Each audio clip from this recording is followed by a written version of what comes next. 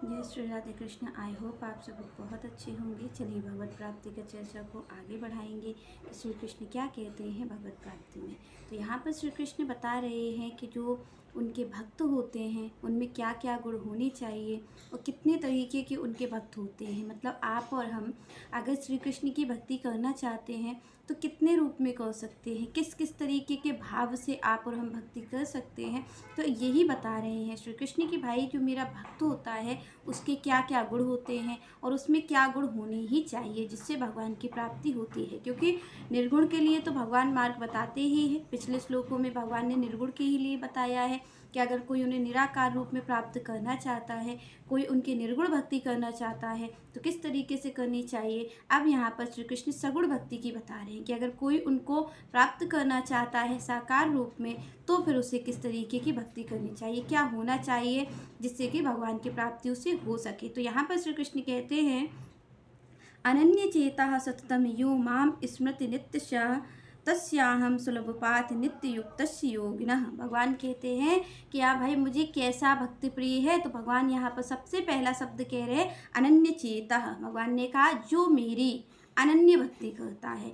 अनन्य मतलब जहाँ पर कोई दूसरी इच्छा नहीं होती। भगवान कहते हैं कि भाई मेरे भक्त तो होते हैं कई, जो आरती है वो आर्त भी मेरा भक्त है, जो अर्थार्थी है वो भी मेरा भक्त है, ज्ञानी भी मेरा भक्त है। भगवान कह रहे हैं ये भी तो मेरे भक्त ही हैं। पर भगवान कहते हैं कि इनकी इच्छा कुछ और भी है। और यहाँ पर भगवान ने सबसे पहला शब्द कहा कि जो जिसके लिए मैं सुलभ होता हूँ, जिसके लिए मैं सहज होता हूँ, भगवान कहते हैं वो अनन्य चेता होता है। ज्ञानियों के लिए मैं सहज नहीं होता हूँ, क्योंकि ज्ञानियों को हालांकि भगवान कहते हैं कि ज्ञानी मुझे सबसे ज़्यादा प्रिय है। जो ज्ञानी भक्त है भगवान कहते हैं उसे मेरे समान ही समझना चाहिए और मैं बहुत उसको प्रेम करता हूँ। पर फिर भी यहाँ पर श्री कृष्ण कह रहे हैं कि ये जो भक्त है, अर्थार्थी है, आर्त है, ज्ञानी है, तो भगवान कहते हैं कि ये जो भक्त है इनके साथ कुछ ना कुछ मिलावट है। भगवान कह रहे हैं कि ये जो भक्त हैं आर्त संसार से पीड़ित होकर के आ रहा है, मतलब सुख की इच्छा से मेरे पास आ रहा है।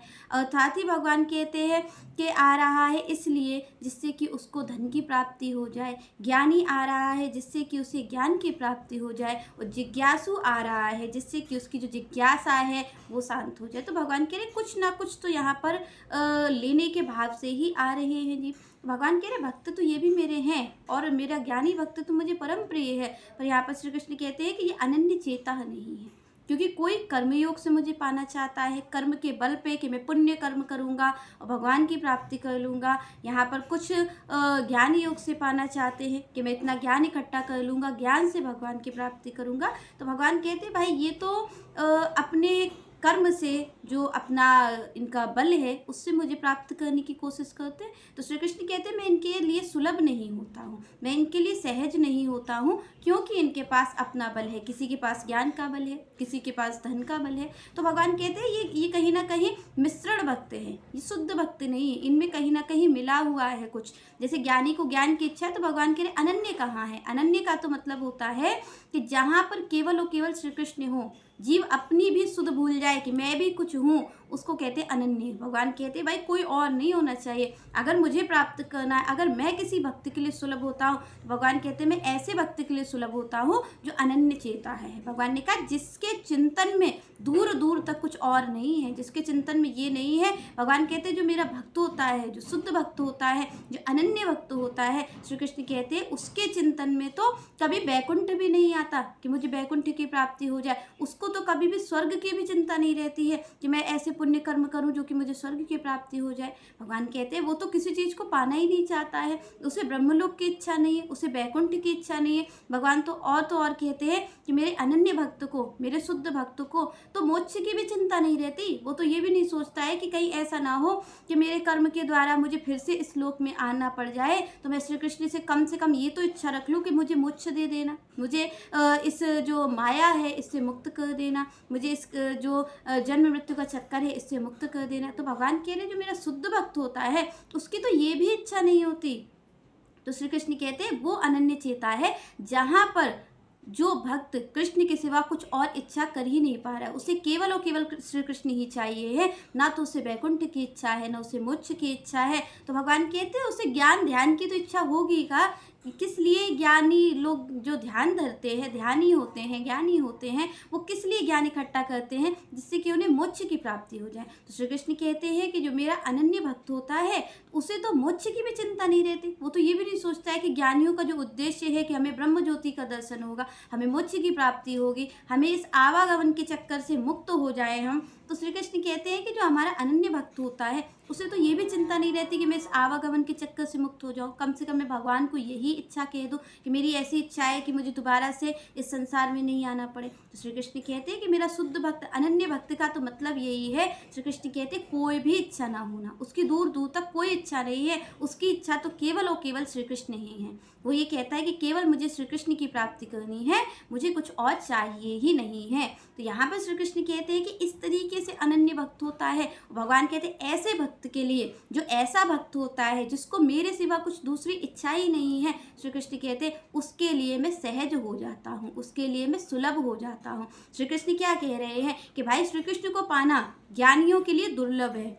दुर्लभ मतलब कठिन है। अगर वो उस श्रेणी तक पहुंच पाए तब तो वो श्री कृष्ण की प्राप्ति कर लेंगे। तो श्री कृष्ण कहते हैं भाई जो ज्ञानियों के लिए भी दुर्लभ है, जो योगियों ध्यानियों के लिए भी दुर्लभ है, भगवान कहते हैं उस और अपने ऐसे शुद्ध भक्ति के लिए जो दुर्लभ हूँ मैं, श्री कृष्ण कहते हैं मैं सहज हो जाता हूँ अपने ऐसे अनन्य भक्त के लिए, अपने ऐसे भगवान कहते हैं कि शुद्ध भक्ति के लिए मैं सहज और सुलभ हो जाता हूँ। उसे बिना कोई प्रयास के भगवान कहते हैं मैं उसे प्राप्त हो जाता हूँ। क्यों? क्योंकि उसकी तो इच्छा ही कुछ और नहीं है, वो तो कुछ और पाना ही नहीं चाहता है मेरे सिवा। तो श्री कृष्ण कहते हैं ऐसे शुद्ध भक्ति के लिए, ऐसे अनन्य भक्ति के लिए भगवान कहते हैं जो निरंतर मेरा स्मरण करता है, जिसको मेरे सिवा और कुछ याद ही नहीं रहता है, श्री कृष्ण कहते हैं ऐसे भक्ति के लिए तो मैं सहज हो जाता हूँ, उसके लिए तो मैं सुलभ हो जाता हूँ। तो यहाँ पर कहते हैं श्री कृष्ण की भाई जिसको मैं सहज होता हूँ, तो किस तरीके से सहज होता हूँ, तो भगवान यहाँ पर कहते हैं कि मैं उसे क्या करता हूँ, तो भगवान कहते हैं कि मैं उसे बुद्धि योग देता हूँ, मैं उसे ऐसी बुद्धि देता हूँ जिससे वो अच्छे कार्य कर पाता है, जिससे कि वो मेरी प्राप्ति के लिए कार्य कर पाता है। तो भगवान कहते हैं ददामि बुद्धि योगंतम, मैं उसे बुद्धि योग प्रदान करता हूँ। श्री कृष्ण कहते हैं जिसके लिए मैं सहज होना चाहता हूँ, जिसके लिए मैं सुलभ होना चाहता हूँ, श्री कृष्ण कहते हैं उसको तो मैं बुद्धि प्रदान करता हूँ। क्योंकि आप और हम देखते हैं कि जो भी गलत कार्य हमसे होता है वो हमारी बुद्धि ही कराती है। जितने भी गलत कर्म होंगे उसके लिए बुद्धि ही प्रेरित करती है कि इस कार्य को कर लिया जाए जिससे कि सुख की प्राप्ति होगी। तो यहाँ पर श्री कृष्ण कहते हैं कि सबसे पहले मैं जिसके लिए सुलभ होता हूँ उसको मैं सबसे पहले बुद्धि प्रदान करता हूँ, उसको शुद्ध बुद्धि देता हूँ जिससे कि वो मेरा चिंतन कर सके। तो यहाँ पर श्री कृष्ण कहते हैं कि भाई और यहाँ पर भक्ति योग जो है, इस भक्ति योग में श्री कृष्ण कहते हैं कि भाई मेरे जो भगवत प्राप्ति है, भगवान कहते हैं वो इस तरीके से होती है कि मेरे 5 भक्त होते हैं। तो श्री कृष्ण कहते हैं भाई पहला भक्त होता है मेरा शांत भक्त, जो शांत रह करके, उदासीन रह करके मेरा भजन करता है। श्री कृष्ण कहते हैं ये मेरा भक्त होता है। दूसरा भक्त भगवान कहते हैं कि दास्य भक्त होता है, जो दास रूप में मेरी सेवा करता है। जैसे आपने सुना होगा कि भाई कई लोग कहते हैं मैं भगवान का सेवक हूँ, जैसे तुलसी बाबा भी कहते हैं मैं सेवक सचराचर रूप राशि भगवान। कबीर दास जी हैं वो भी भगवान के दास रहे हैं, तुलसीदास जी भी रहे हैं। तो यहाँ पर जितने भी लोग हैं, तो कुछ लोग भगवान कहते हैं कि कुछ तो शांत भक्त होते हैं, जो कि आप और हम देखते हैं कि वो केवल और केवल भजन करते रहते हैं, वो किसी से बातचीत नहीं करते। तो भगवान कहते हैं कि कुछ शांत भक्त होते हैं जो केवल और केवल मेरा भजन करते हैं। श्री कृष्ण कहते हैं दूसरे भक्त होते हैं दास्य भक्त, जो दास रूप में कि मैं भगवान का सेवक हूँ, मैं भगवान की सेवा करूँगा। तो भगवान कहते हैं इस तरीके से मेरे लिए समर्पित होते हैं, वो दास के रूप में मेरी सेवा करते हैं। तीसरे भक्त भगवान कहते हैं कि तीसरे भक्त होते हैं सांख्य भक्त, जो सखा के रूप में मेरी सेवा करते हैं, सखा के रूप में मुझसे प्रेम करते हैं कि श्री कृष्ण मेरे मित्र हैं, श्री कृष्ण मेरे सखा हैं। तो भगवान कहते हैं इस तरीके का भाव रख करके, ये सारे भाव बता रहे हैं भगवान कि भाई इस तरीके का भाव रख करके ये मेरे मित्र है, कि इस तरीके का भाव रख के मेरी सेवा करते हैं, मेरी भक्ति करते हैं। भगवान कहते हैं चौथे भक्त होते हैं वात्सल्य भक्त, जो कि भगवान कहते हैं कि एक माता पिता बन करके, कि भगवान को एक माता पिता के रूप में इस तरीके से भगवान कहते हैं मेरी भक्ति करते हैं, जो कि माता पिता की भांति मुझे दुलार करते हैं। कि जैसे आप और हम लोग देखते होंगे कई लोग होते हैं जो भगवान को इस तरीके से प्रेम करते हैं जैसे वो छोटे लाला हैं, जैसे कि वृंदावन में आप देखते हैं भगवान को इसी तरीके प्रेम किया जाता है। तो श्री कृष्ण कहते हैं कि भाई कुछ लोग तो माता पिता के रूप में मेरी सेवा करते हैं, कि भाई वो मेरे माता पिता है, वो मैं उनका लाला हूँ। तो भगवान कहते हैं इस तरीके से भी मुझसे प्रेम करते हैं, वात्सल्य भाव होता है। जो स्त्रियाँ होती हैं वो माँ का भाव रखती हैं ठाकुर जी के प्रति, जो पुरुष होते हैं वो पिता का भाव रखते हैं। तो भगवान कहते हैं इस तरीके से भी मुझसे प्रेम करते हैं। भगवान कह रहे आखिरी भक्त जो होते हैं वो होते हैं दाम्पत्य भक्त। भगवान कहते हैं वो मुझे अपने प्रेमी के रूप में प्रेम करते हैं। और श्री कृष्ण कहते हैं कि भाई ये भक्त मुझे बड़े प्रिय हैं, क्योंकि ये मुझे प्रेमी की भांति प्रेम करते हैं। 24 घंटे भगवान कहते हैं ये सारे ही भक्त भक्ति योगी की ही है, सारे भक्तों का भाव है। और भगवान कहते हैं इन सारे भक्तों के लिए मैं सहज और सुलभ हो जाता हूँ जो इस तरीके से मेरी भक्ति करते हैं। तो भगवान कहते हैं, श्री कृष्ण कहते हैं कि कुछ होते हैं दाम्पत्य, वो इस भाव से कहते हैं कि श्री कृष्ण मेरी प्रेमी हैं, श्री कृष्ण मेरे पति हैं। तो भगवान कहते हैं इस भाव से श्री कृष्ण ही मेरे स्वामी हैं। तो भगवान कहते हैं जब कोई इस भाव से मेरा नित्य चिंतन करता है, इस तरीके से मुझे प्रेम करता है, तो भगवान कहते हैं मैं उसके लिए सहज हो जाता हूँ, उसे कुछ नहीं करना पड़ता।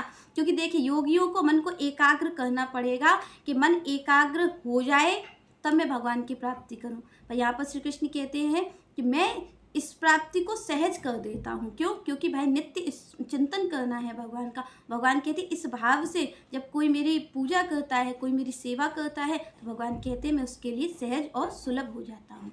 चलिए नेक्स्ट चर्चा हम नेक्स्ट वीडियो में करेंगे। तब तक के लिए जय श्री राधे, जय श्री कृष्ण।